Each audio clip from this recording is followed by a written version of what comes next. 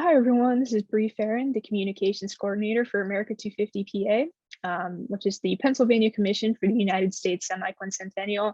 And today I'm honored to have with me the Mayor of the City of Pittsburgh, Ed Gainey, to speak a little bit about the observation and celebration of Black History Month. So Mayor Gainey, thank you so much for joining me today. Thank you. Thank you for having me today. Absolutely. So can you kind of jump into your Pennsylvania story, maybe reflect on some of the experiences leading up to your position as the mayor? Yeah, so that's a good question. My journey, my family from an area in the city called the Hill District. That's where my mother was, my mom, my grandma, my uncles were raised at. I was actually born in a part of the city called Oakland, on a street called Lawn Street. My family was the second Black family on that street, and it was different. My mom was a young mother when she had me, so. We stayed with my grandmother on Lawn Street. Then me and my grandma moved to a place in East Liberty called the High Rise Building. And then when my mom moved to the low rises, which was connected to the high rises, I ended up moving in with my mom. Growing up, I never knew a politician. Politics was not something that was big in my community. I had never met a politician, had never had a politician come to my school, never got a phone call to ask me who I was going to vote for, never had a neighborhood meeting to talk about how we improve the neighborhood.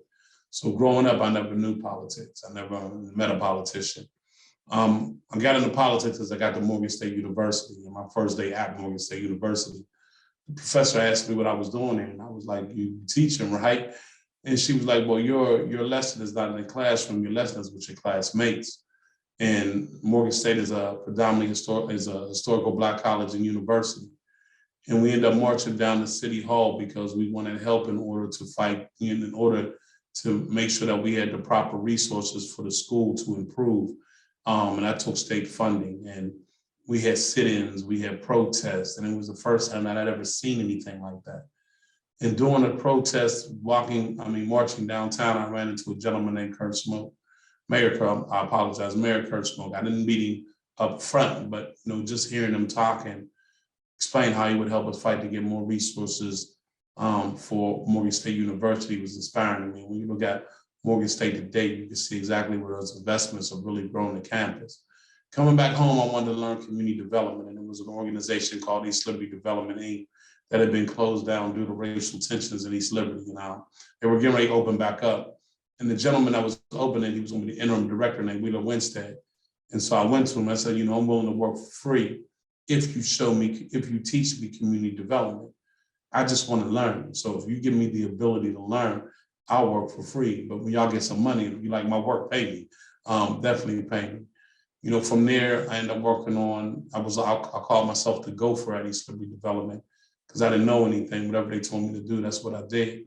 So I established a lot of relationships in the neighborhood that I lived in, dealing with the residential councils, the businesses, et cetera, et cetera.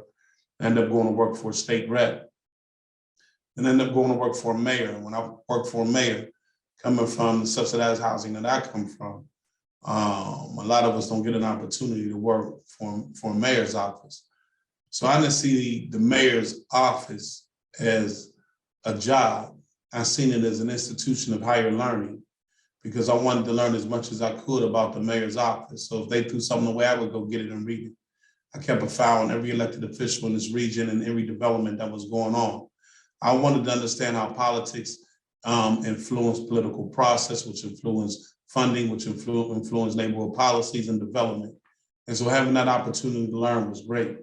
Then ended up running for, then I worked for another mayor, that was my second mayor.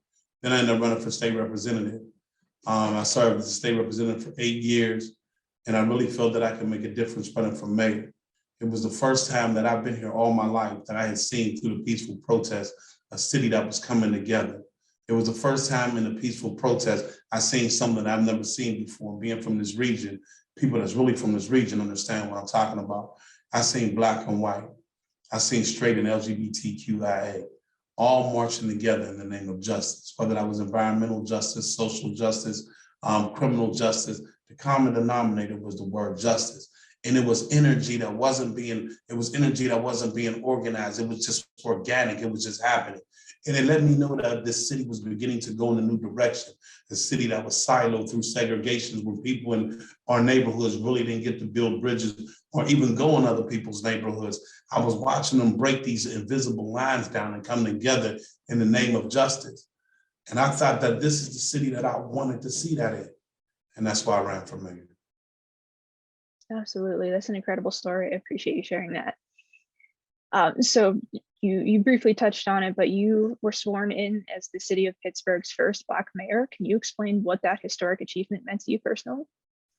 Yeah, well, I love my city. I've been here my whole life. I left and went to college and came back. This is the city that, without the city, there would be no me.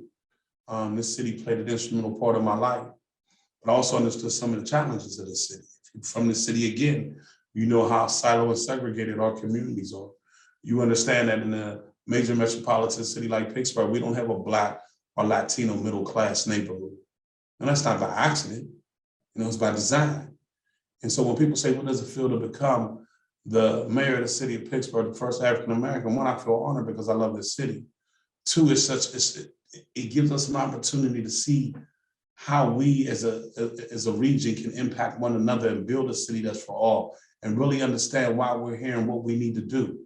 But it's just not about the color, because I think sometimes we get so caught up on color because of the racial issues in America that's all we see. Of course, as an African-American, I am proud and happy, and I love my city, so I love being the mayor of the city. But at the end of the day, it's about how productive we're going to be. At the end of the day, it's about how we build a city for all. At the end of the day, it's how we take what hasn't been seen through an equity lens and put an equity lens on it and begin to create a city where everybody feels they have access to opportunity. That's the level of production that makes me feel more proud, because that's what we can provide. Absolutely. Very well said. Now, kind of expanding on that, can you get into like some of your greatest sources of inspiration, maybe some of your role models as well? Yeah, again, growing up, I never met elected officials. So, the heroes that I have are heroes that come out of the civil rights movement. My mom worked for a guy who was my mentor named Harvey Adams. Harvey Adams was president of the NAACP. A lot of times people don't know this history because of, again, we don't communicate, we isolate. And so that's why I think this is so important. So one of my role models, one of my mentors was Harvey Adams. Another one of my mentors was a gentleman named Tom Cox. Another one of my mentors was a guy named Doc Fielder. Another one of my mentors was a guy named Bubby Harrison. These are guys that really helped to make Pittsburgh more inclusive. They broke down a lot of racial barriers that existed in order to move us to where we are today. And so they did that. They didn't have a college degree, but they had a heart for people. Nate Smith, who fought just to make sure that we can get on jobs, union jobs and things of that sort. Alma Speed Fox, had just passed away, to make sure that she was a trailblazer for women's rights and the civil rights movement. These are people that I looked up to, and I say I stand on their shoulders, because without them fighting the way they fight, I could not sit here and be with you today. And so I'm honored and I'm thankful for them. Absolutely. So knowing what you know now, and of course, taking after your role models, if you could have a conversation with your younger self, what advice would you give yourself? Wow. That's a great question, Bree. That's a great question. I think that if we reflect back, there's a couple things that I would tell myself. One, I would tell myself to be okay with myself. I think that's critical. First college that I went to was Norfolk State University. I was 18 years old, but my mentality was 14. So I wasn't mature, so I didn't do well there, and I had to come home. And, I remember looking at my mom, and she was like my firstborn, and you bring me home this failure. But that's when the first light bulb went off, right? Because you never want to disappoint your mother. Plus, I'm the first child, I'm the oldest. Like I try to tell my sisters, they owe me some money because it's the first child. I made it good for them, right? Mama couldn't be a mama without the first child. And coming from a single mom, that's important. And so the thing that I would tell my young self is that make learning lifelong. Like, You know, I went to school because school was a place that I was supposed to go. And you always hear, get yourself an education. But I think as a young ed, I really didn't understand what education was, right? And so I never took it seriously because I didn't understand nor comprehend what this education was supposed to do. I think if I was going to talk to my younger ed, I would tell them, don't worry about education as much as I want you to learn how to learn and be a lifetime learner and be a lifetime student and be able to study so that you can always get better. So don't look at it as education of a building that you have to go to every day as you happen to go there, but look at it as a building of learning and going there and being able to learn different things that's going to help you develop through the future. And I would have a stronger definition of the power of learning and why learning is so important. So as I would grow, my mind would always be exposed to learning, which would always broaden my horizon and make me a better person. Not just as a position or a title. I'm not talking about that. I'm talking about learning of a knowledge standpoint to make me a better person. Because the more better of a person I become, the more I empower the title or the job description or whatever you want to call it. But it starts with learning about you and allowing learning to teach you how to become a student so that whatever you engage your life in, you become a lifelong learner. I really appreciate you sharing that. I think that's something that, is going to resonate with a lot of people. And I think too, one of our missions at America250PA is to educate Pennsylvanians about, our nation's history and some of the vital events that took place that really, make Pennsylvania, Pennsylvania. And absolutely education in any kind of form is definitely of high importance. So I appreciate you reflecting on that and sharing that. Thank you. If you wouldn't mind switching gears a bit, kind of getting into, the Black History Month and, what that celebration means. Can you explain what it means to you personally? Yeah. One is, it's good we have a Black History Month, but again, Black history is American history. And I think the fact that in our history books, we don't study Black, Latino, Asian, Korean, Jewish, we don't study each other's history, is why there's divisiveness. And if we did study each other's history, we would see each other different. Like, I was talking to a group of young kids, and I was explaining to them that if they understood their history, they wouldn't want to grow up to be, to live a gangster lifestyle. They would want to grow up to be kings and queens because the history is so rich. Like, if you brought here on a boat, speaking multiple different languages, mommy beat, mommy raped, killed, daddy beat, killed, your child taken off you, your children taken off you, sold into slavery. The law said you 3/5 of a person. Jim Crow 1, Jim Crow 2, couldn't put no money in the bank, couldn't pray, couldn't go to school, couldn't own land, to the 15th Amendment that allowed Black men to vote, to the 19th Amendment that allowed women to vote, to the Industrial Revolution that was supposed to create a certain amount of jobs for slaves, to civil rights, whites here, Blacks here, to mass incarceration, the whole war on drugs that have always been the disparity based on the numbers has always been that African Americans are the highest amongst the prison population. When we talk about this war on drugs, and through all that, you still put an African American in the White House. I mean, that journey's amazing. And if they had the ability to study that from kindergarten, like we do European history that talks about the European leaders that have made America great. If we talked about African American leaders, Latino leaders, Jewish leaders, Asian leaders, Chinese leaders, if we talked about all our leaders that have made this country what it is today, we would have more understanding, more love, more tolerance, and more respect for one another because we would understand our journey. And in understanding a journey makes us closer as Americans. So we wouldn't have to talk about, as we discussed, the first African-American mayor or the first this. We would just say we Americans. But you can't do that unless you're willing to study history. So you had briefly mentioned, incorporating that education of all races and cultures and things, to lead to a better understanding altogether. But are there other ways or recommendations that you have that we could, be sure that we're incorporating that history and multiple cultures within the celebration of the semi-quincentennial? Yeah, I think that just celebrating, and it'll go back to a lot of what I said, just taking a moment to celebrate everybody's history, just to be able to bring us to a moment in time, how did we get here, right? Like that journey, that pathway to how we get there, that's powerful.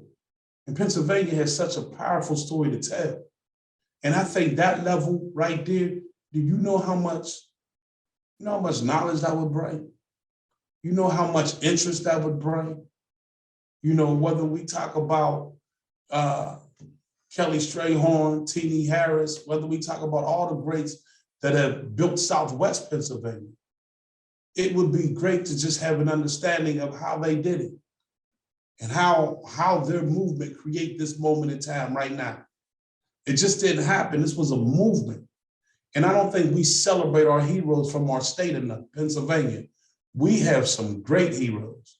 And when I say heroes, I'm talking about men and women.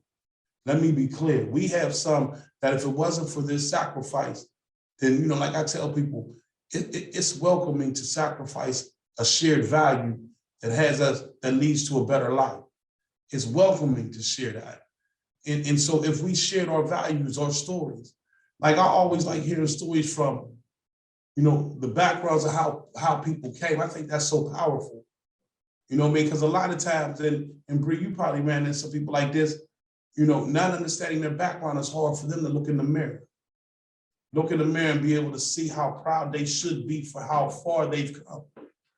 And I think there's value in understanding. I know there's value in understanding that. And I believe it makes a difference in Pennsylvania for us to highlight the heroes and sheroes that we've had here.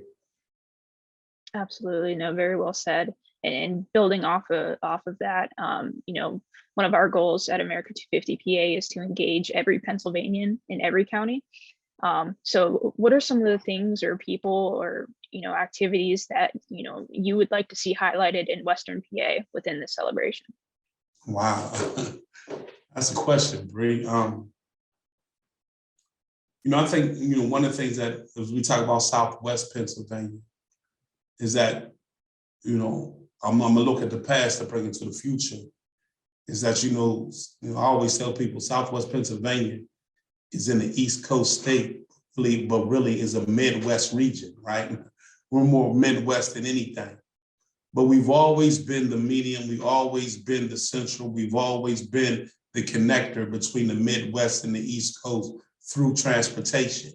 And if we talked about how our transportation built an economy in Southwest, starting with steel and everything else, if we look to the future, then we understand our history and why it's important that we really focus on transportation, on how we connect Southwest better, that will give us the opportunities that our ancestors had in regards to employment, in regards to living, and in regards to being able to get around. We need to stick to our roots and make sure that we talk about transportation in this region as being the region that gets us to the East Coast or gets us to the Midwest. But more importantly, the transportation that built this region should be the transportation that builds it for the future. So can you speak a bit about, your role as mayor? How do you intend to bring diverse communities together during this, leading up to 2026? Yeah, that's an everyday work. And I mean, it starts in government. It starts with me making sure that I have a diverse staff, because I can't ask the external to do what the internal hasn't done.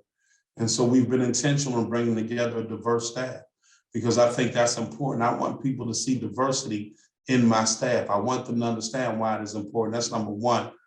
Number two is keeping an equity lens throughout the departments in the city to make sure that we're doing things from an equitable point of view. That's critically important, because if we don't do things, if we just say we want a Department of Equity, well, a Department of Equity shouldn't be a Department of Equity. Every department in this city should be a Department of Equity. We should have an equity lens on everything that we do so that we are bringing people together. Getting out here in these neighborhoods myself, being visible so that people can see, going to events that other mayors didn't go to, showing up at those events and letting people know that they're appreciated, inspiring people to want to meet new people and get out of their neighborhood, have an ethnic day where everybody leaves their neighborhood and goes somewhere else and have food, because food is a friend. Food brings people together. Get out of your own comfortability and move into an area and know the rest of our city. And together we'll begin to break down the walls because we begin to know one another. No, that's amazing. And being a resident of Pittsburgh myself, I'm really looking forward to that. Yeah. And we've been getting out there, you know, we're going to continue to get out there. One thing I do now is I've been going to different, and these are small things, but everybody sees the bigger picture. You don't change them with the bigger picture, you build the bigger picture. So on lunch, I've been going to different restaurants in the region, and I take a picture and put it up on my social media page because I want people, hey, either they'll go there, but it also shows that I'm in that neighborhood. And people that may have never thought about going to that restaurant, guess what they're going to do? They're going to go to that restaurant. Pretty soon we'll have that small business week where once a week I'll go to a small business and just highlight that small business as a way of breaking down those invisible lines to show people you can go here and shop. And it will always be mom and pop shops. It'll be shops that are operated, not corporate, but operated from a small business setting to let them know how much I appreciate their effort, their grind, their investment that they put into these neighborhoods. So I guess lastly, to wrap things up, what are you most looking forward to personally as we lead up to the Semiquincentennial? You know, just a celebration. I think that, you know, it's a great opportunity for one, because, you know, it gives us the ability to do what we say we want to do, bring people together. That's what celebrations does.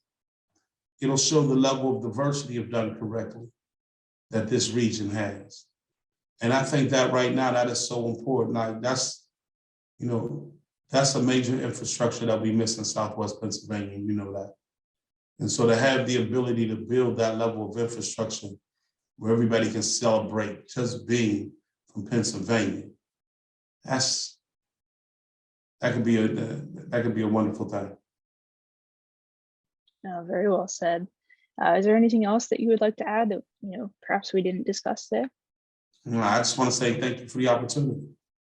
Yeah, no, thank you so much for being here. You know, like I said, I think a lot of people are going to resonate with your story, and we really appreciate your perspective on all of it as well. Thank you. I appreciate that. Yeah, absolutely. So if you're interested in learning more about America250PA, we encourage you to visit our website at www.america250pa.org, and to also follow us on social media. We're on Facebook, LinkedIn, Twitter, and Instagram currently. But altogether, we really encourage you to join us and become a part of history. So thank you for watching. Thank you, and thank you for having me today. I appreciate it.